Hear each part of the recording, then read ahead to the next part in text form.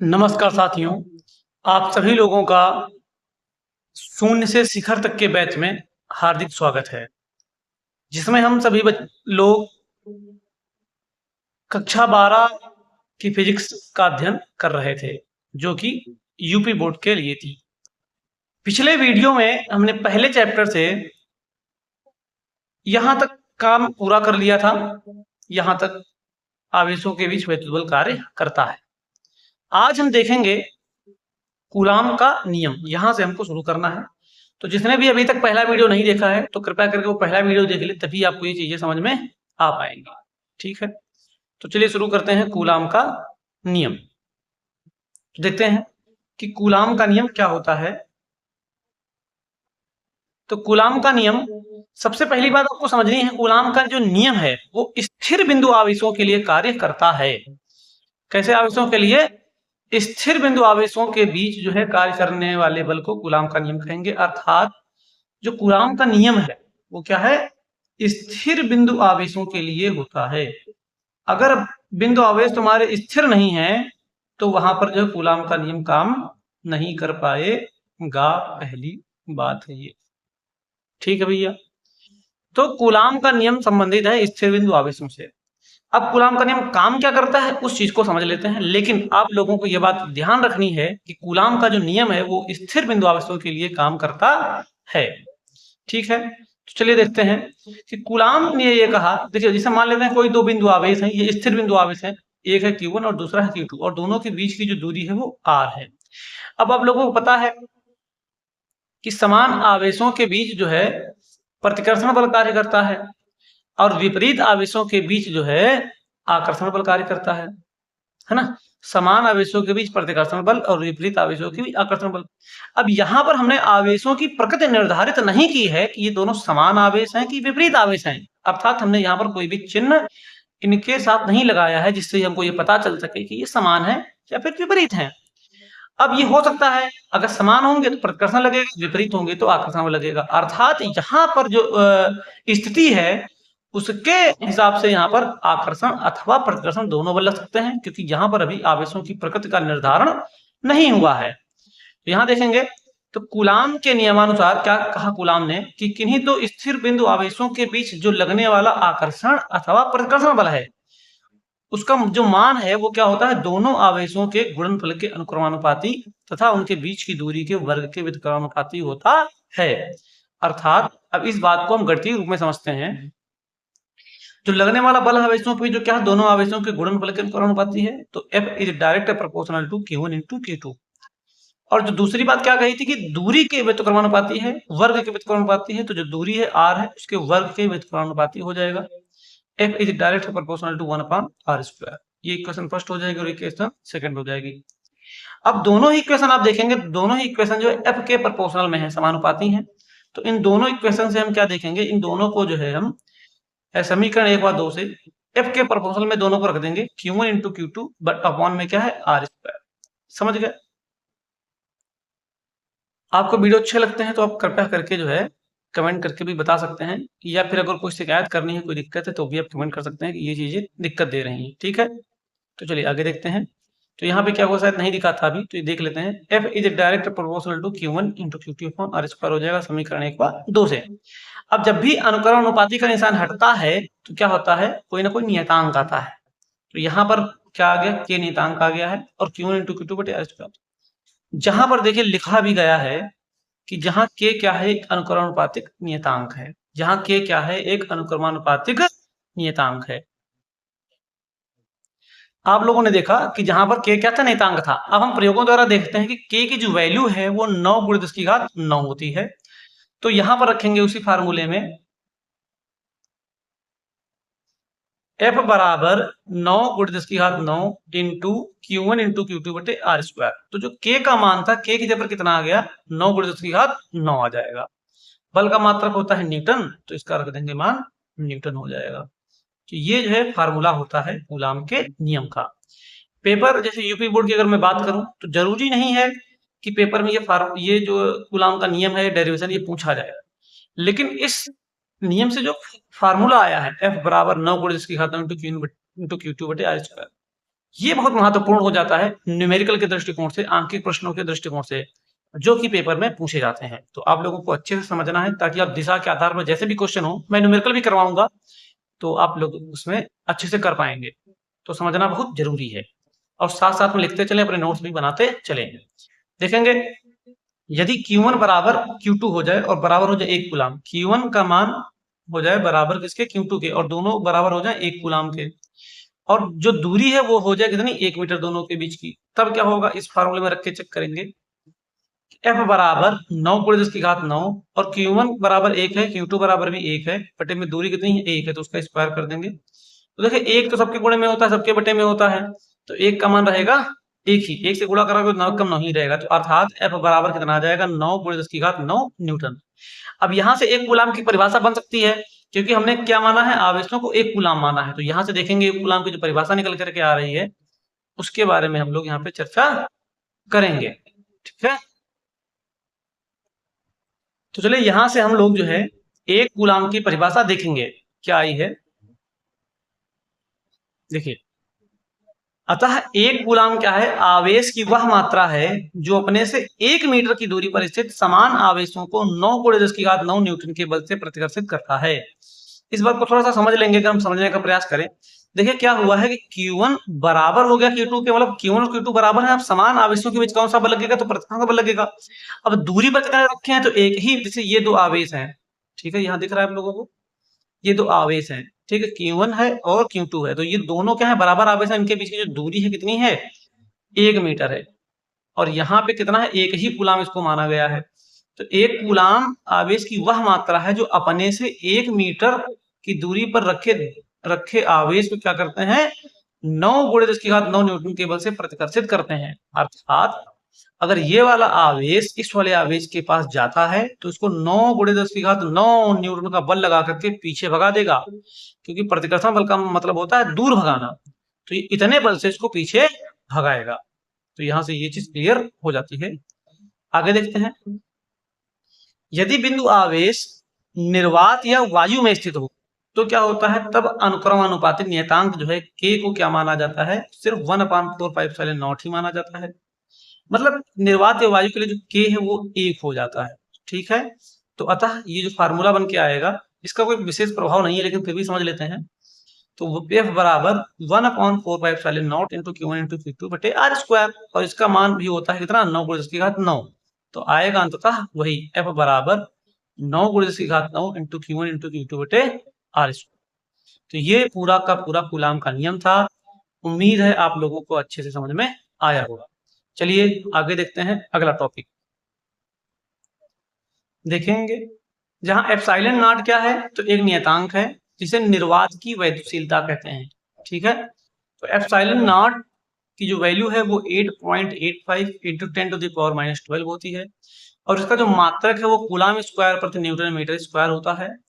और एक सबसे महत्वपूर्ण चीज यह है कि एप्सिलॉन नॉट की जो विमा है वो m-1 l-3 t⁴ e⁻² होती है। आप लोगों को याद रखना है, पेपर के दृष्टिकोण से ये इंपॉर्टेंट है, जो कि पेपर में पूछी जा सकती है। तो बाकी विमा निकालना कैसे निकाला जाता है, इसको हम किसी एक वीडियो में डिस्कस कर लेंगे। ठीक है, तो चलिए देखते हैं। अगर अभी कूलाम के नियम को थोड़ा सा और देख लेते हैं, क्या हो जाए कि अगर यदि निर्वात के स्थान पर दोनों आवेशों को k परावैद्युतांक वाले माध्यम में रख दें, तब उनके बीच लगने वाला बल कितना हो जाएगा, Fk बराबर 1/4πε0 के इंटू Q1 इंटू Q2 बटे आर स्क्वायर न्यूटन। अगर मतलब क्या है, निर्वात या वायु ना होकर के कोई परावैद्युत माध्यम है या कोई परावैद्युत पदार्थ भर दिया जाता है दोनों आवेशों के बीच में, तो जो है वहां पर 1/4πε0 ना होकर के बल्कि 1/4πε0 k हो जाएगा। ठीक है, तो जहां k है क्या, आप थोड़ा और समझ लेते हैं इसको।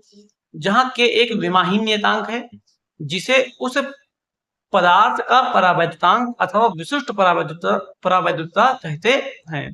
ठीक है, तथा सभी परावैद्युतांक के लिए k का मान 1 से अधिक ही होता है, लेकिन धातुओं के लिए k का मान अनंत होता है। इस बात को याद रखेंगे कि k का मान अनंत होता है किसके लिए, धातुओं के लिए, जो कि महत्वपूर्ण है। आगे देखते हैं,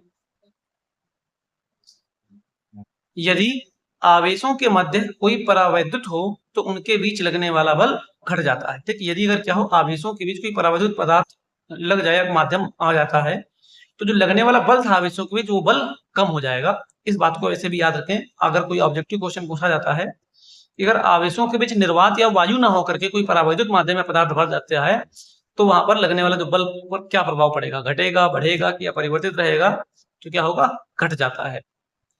ठीक है, आगे देखते हैं। अब हम के को थोड़ा सा परिभाषित कर लेते हैं, मतलब परावैद्युतांक अर्थात के की परिभाषा क्या है। तो परावैद्युत माध्यम की वैद्युतशीलता ये होती है एप्सिलॉन। तो परावैद्युत माध्यम की वैद्युतशीलता तथा निर्वात की वैद्युतशीलता के अनुपात को इस परावैद्युत का परावैद्युतांक कहते हैं। अर्थात के बराबर एप्सिलॉन अपॉन एप्सिलॉन नॉट किसी माध्यम की वैद्युतशीलता तथा निर्वात की वैद्युतशीलता के अनुपात को क्या कहा जाता है, परावैद्युतांक कहा जाता है। उम्मीद है आप लोगों को समझ में आया होगा। आगे अब हम देखेंगे कूलाम के नियम का सदिश स्वरूप। इसके पेपर में पूछे जाने की संभावनाएं ज्यादा है। तो चलिए देखते हैं नेक्स्ट टॉपिक। तो चलिए देखते हैं कूलाम के नियम का सदिश स्वरूप को देखने से पहले हमको थोड़ा सा एकांक सदिश समझना जरूरी है कि एकांक सदिश क्या होता है। एक्स कैप, ये क्या है, एक्स कैप बराबर कोई भी हो सकता है इसकी जगह पे, जैसे एक्स कैप बराबर, इसको कैप से प्रदर्शित करते हैं, तो एक्स कैप बराबर हो जाएगा वेक्टर एक्स अपॉन एक्स का मॉड। तो ये होता है एकांक सदिश।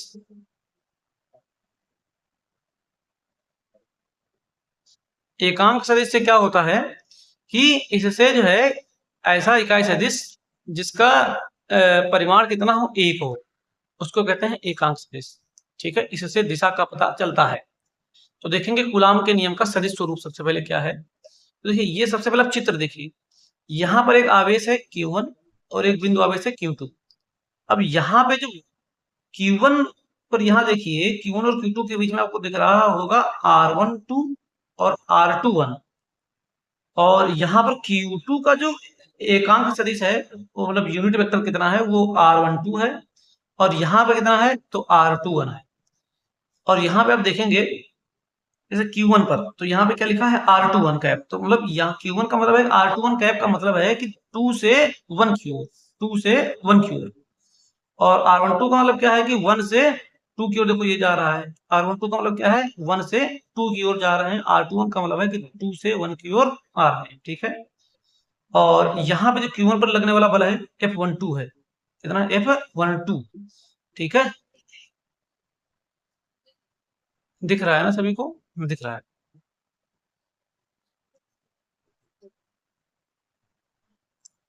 ठीक, तो यहाँ पर क्या है कि जो Q1 पर जो लगने वाले बल की दिशा कहाँ है, वो F12 है, मतलब इस पे जो बल लग रहा है 1 से 2 की ओर, ये देखिए इस पर जो बल लग रहा है कहाँ है, 1 से 2 की ओर। इसका मतलब क्या है, प्रतिकर्षण बल है। इसका मतलब क्या होगा, जैसे प्रतिकर्षण बल अगर है तो 1 से 2 की इसी तरफ लगेगा, और इस पर जो लग रहा है F21 तो 2 से 1 की ओर, ये इसकी दिशा हो जाएगी।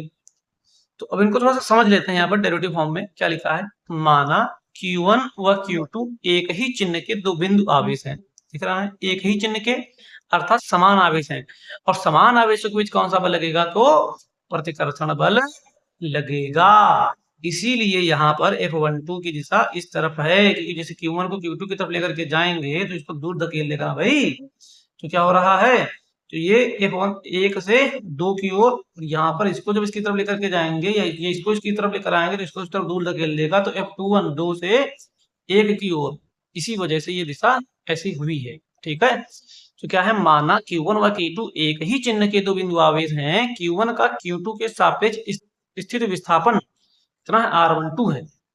Q1 का Q2 के सापेक्ष स्थिर विस्थापन कितना हो रहा है, तो वेक्टर R12 है, तथा Q2 का Q1 के सापेक्ष, यहाँ थोड़ा ध्यान से समझिए बात को, Q1 का Q2 के सापेक्ष तो कितना है, R12 है, और Q2 का Q1 के सापेक्ष तो R21 है, ये देखिए। तथा R12 के परिमाणों को क्रमशः इनके लिखेंगे R21 और तथा R12 लिखा जाएगा। ठीक है, अतः किसी, देखते हैं, अतः किसी सदिश की दिशा का उल्लेख उस सदिश के अनुदिश एकांक सदिश द्वारा किया जाता है। एकांक सदिश क्या बताते हैं, उसकी दिशा को बताते हैं, कहां से कहां तक जा रहे हैं। ठीक है, जैसे R21 देखो बता रहा है कि 2 से 1 की ओर, यहाँ तो दिया भी गया है। R12 बता रहा है कि 1 से 2 से 1 की ओर, यहाँ दिया गया है। ठीक, अब यहाँ पे थोड़ा देख लेंगे, जैसा मैंने अभी आपको इसका फार्मूला बताया था, तो R21 का फार्मूला क्या बन जाएगा, R21 कैप का बन जाएगा R वेक्टर R21 बटे R21 का मॉड। R12 का क्या बन जाएगा, R12 वेक्टर R12 बटे वेक्टर R12 मतलब R12 का मॉड। अब यहाँ देखेंगे, अगर मान लो हम क्या करते हैं, इसको वेक्टर R12 को हम अगर R2 में लिख देते हैं तो क्या लग जाएगा, माइनस लग जाएगा, क्योंकि दिशा बदलने पर क्या होता है, इसमें सदिश में माइनस का निशान लग जाता है। तो R21 आ जाएगा बटे R21 का मॉड बराबर यहाँ पे माइनस का R12 आ जाएगा। अर्थात यहाँ देखेंगे थोड़ा सा, मतलब आपको सदिश में ये बात याद रखनी है कि सदिश में अगर दिशाएं बदलती हैं तो फिर माइनस का निशान लग जाता है, जैसा कि यहाँ पे आपको देखने को मिला। तो अगर R12 को R21 लिखते हैं, R12 देखो लिखते हैं बदल करके यहाँ पे, तो क्या लग जाता है, माइनस लग जाता है। अर्थात R21 व R12 दिख रहा है, अर्थात R21 व R12 विपरीत दिशाओं में एकक सदिश हैं। दिख रहा होगा चित्र में, आपको दिखा देते हैं एक बार फिर से हम। ये देखिए, R12 की दिशा इस तरफ है तो R21 की दिशा इस तरफ है, ठीक है, विपरीत दिशाओं के एकक सदिश हैं। यही बात यहाँ पे आपको समझाई गई। आप पूरा समझ लेंगे, एक बार देख लेंगे, दोबारा आपको समझ में नहीं आया तो वीडियो दोबारा देख लीजिए, चीजें अच्छे से समझ में आ जाएंगी। ये थोड़ा सा कठिन भी है, तो कोई समस्या वाली बात नहीं है। इस प्रकार हम देखेंगे कि आवेश Q2 के कारण Q1 पर आरोपित बल, तो F12 कितना हो जाएगा, 1/4πε0 इंटू Q1 इंटू Q2 बटे यहाँ पे दूरी कितनी है, तो यहाँ हो जाएगा R12 का स्क्वायर इंटू R12 का कैप कर देंगे, ये देखिए, ठीक है। तो अब हम देखेंगे F21 कितना लग रहा है, तो चलिए अभी देख लेते हैं।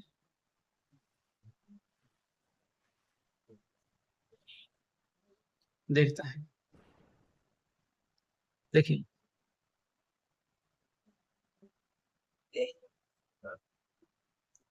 इसी प्रकार आवेश Q के कारण है ना, Q1 के कारण आवेश Q2 पर आरोपित बल, तो F21 कितना हो जाएगा, 1/4πε0 इंटू Q1 इंटू Q2 बटे R21 का स्क्वायर इंटू R21 कैप हो जाएगा, ठीक है। तो अब यहाँ पे हम देख लेंगे भैया क्या हो जाएगा, अतः F21 बराबर, दोनों बराबर ही हैं, बस दिशाएं विपरीत हैं, तो इसको मिल सकते हैं। F21 बराबर हो जाएगा माइनस का F12, क्या हो जाएगा, F12, ये हो जाएगा, ठीक है।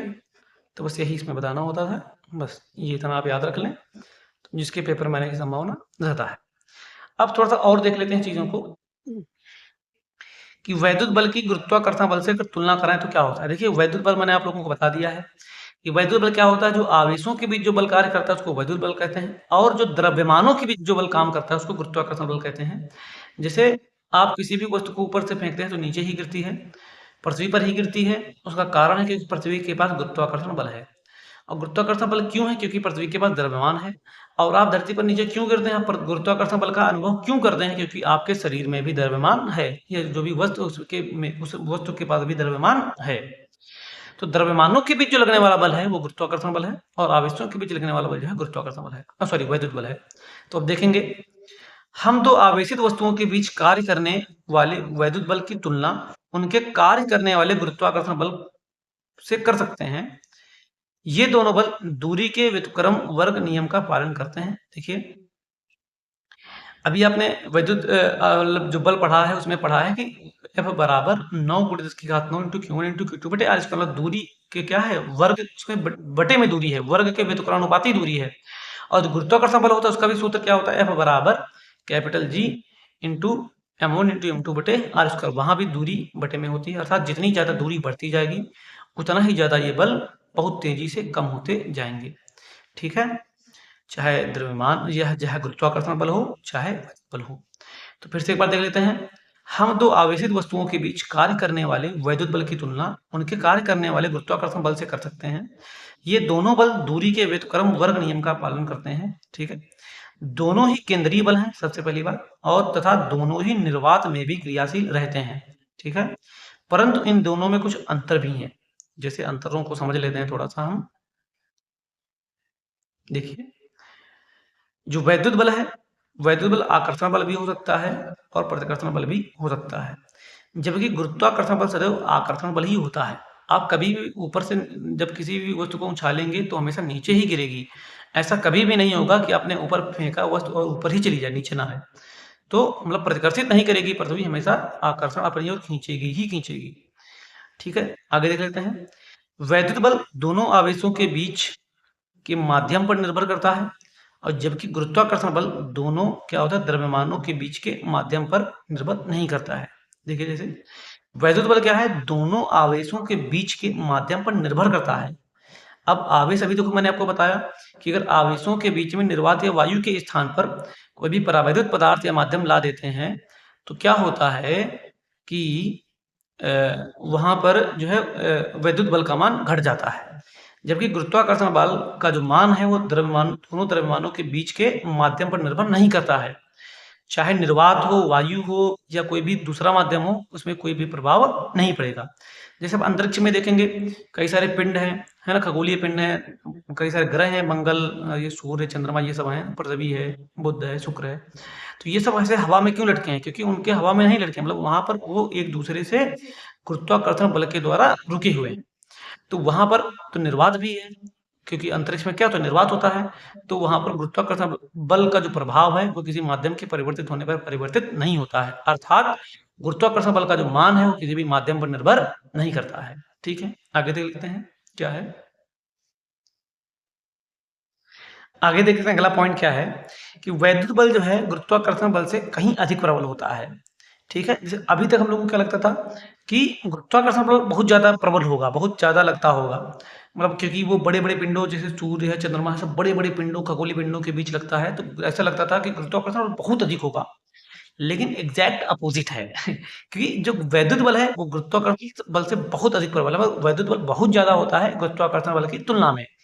देख लेते हैं कितना क्या है। वैद्युत उदाहरण के लिए 2 प्रोटॉनों के बीच जो वैद्युत बल है वो गुरुत्वाकर्षण बल की तुलना में 10 की घात 36 गुना बड़ा होता है। कहने का मतलब ये है कि अगर हम 2 प्रोटॉनों को ले लेते हैं, यहाँ पे प्लस और यहाँ पे एक प्लस है, ठीक है? तो क्या है कि इन दोनों प्रोटॉनों के बीच जो देखो, क्योंकि प्रोटॉन है तो कण है, तो कण के पास क्या होगा, द्रव्यमान भी होगा। तो इसका जो द्रव्यमान होता है 6.67 इंटू 10⁻⁻27 होता है प्रोटॉन के पास, और इस पर भी वही सेम हो जाएगा, तो 6.67 इंटू 10⁻⁻27 हो जाएगा केजी।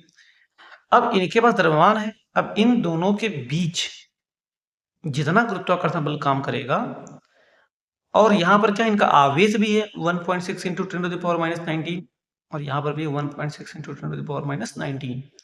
देखिए क्या है, आप लोगों को मैंने बताया है कि आवेशों के बीच जो बल काम करता है वो वैद्युत बल है, और द्रव्यमानों के बीच जो बल काम करता है वो गुरुत्वाकर्षण बल है। तो प्रोटॉन के पास आवेश भी है और गुरुत्वाकर्षण बल भी है, सॉरी द्रव्यमान भी है। तो यहाँ पर इसका कहना, अगर इतनी दूरी पर हमने कुछ दूरी पर रख दिया है प्रोटॉनों को, तो यहाँ पर गुरुत्वाकर्षण बल भी काम करेगा और वैद्युत बल भी काम करेगा। तो जो गुरुत्वाकर्षण जो वैद्युत बल होगा वो गुरुत्वाकर्षण बल की तुलना में 10 की घात 36 गुना ज्यादा होगा। समझ रहे हैं? 10 की घात 36 गुना ज्यादा।